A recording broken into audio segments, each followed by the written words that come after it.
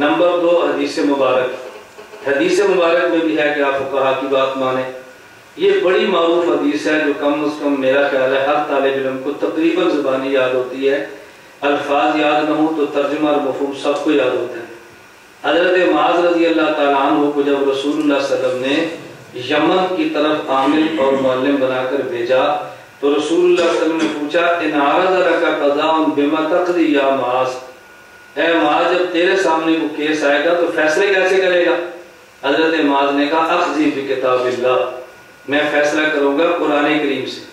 تو رسول اللہ صلی اللہ علیہ وسلم نے پوچھا فَإِن لَمْ تَجِدْ، میرے لفظوں پہ آپ نے غور رکھنا ہے، فَإِن لَمْ تَجِدْ، اگر تجھے کتاب اللہ میں نہ ملے تو پھر؟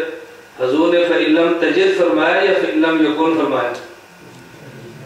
بتاؤ نا، فَإِن لَمْ تَجِدْ یا فَإِن لَمْ يَكُنْ؟ آپ ایمان سے بتاؤ فَإِن لَمْ تَجِدْ اور فَإِن لَمْ يَكُنْ میں فرق ہے یا نہیں؟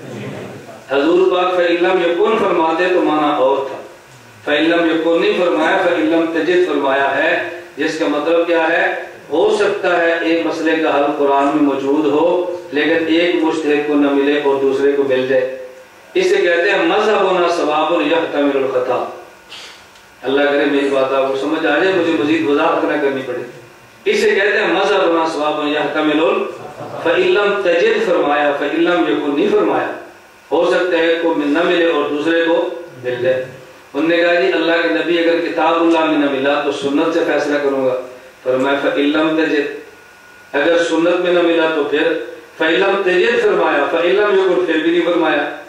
انہوں نے کہا جی اخذی، فرمایا اجتہد برأیی، نمبر 1 کتاب اللہ، نمبر 2 سنت اور نمبر 3 اجتہاد۔ کتاب اللہ تو خدا کی کتاب ہے نا، اور سنت یہ مصطفیٰ کی ہے، اور اجتہاد کس کا ہے؟ فقہا کا۔ معلوم ہوا کہ ایسا وقت آتا ہے کہ فقیہ کے بغیر گزارا نہیں ہوتا۔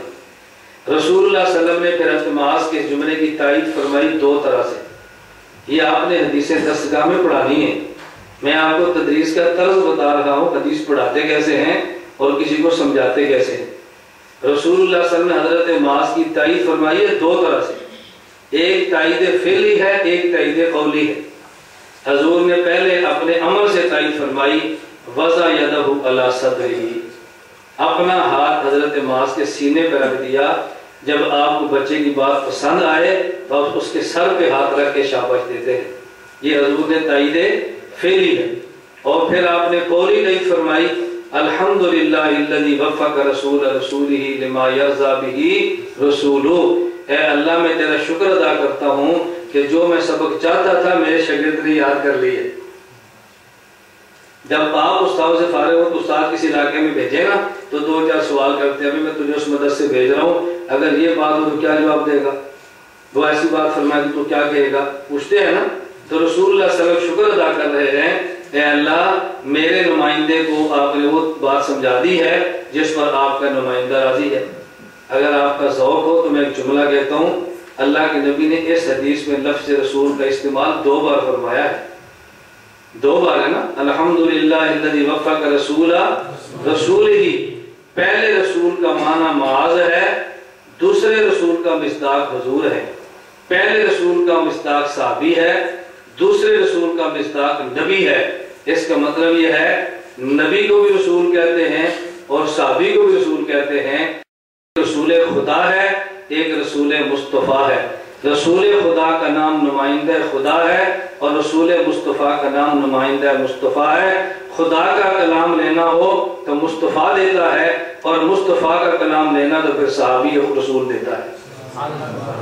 دونوں کے لفظ رسول استعمال کیا۔ اللہ کا وقت کم ہے، میں اس لفظ پہ گھنٹہ بات کرتا کہ جب 2 مرتبہ حضور نے لفظ رسول فرمایا تو اس سے مسائل کتنے نکلتے ہیں، کتنے مسائل اس 2 مرتبہ لفظ رسول کہنے سے نکلتے ہیں۔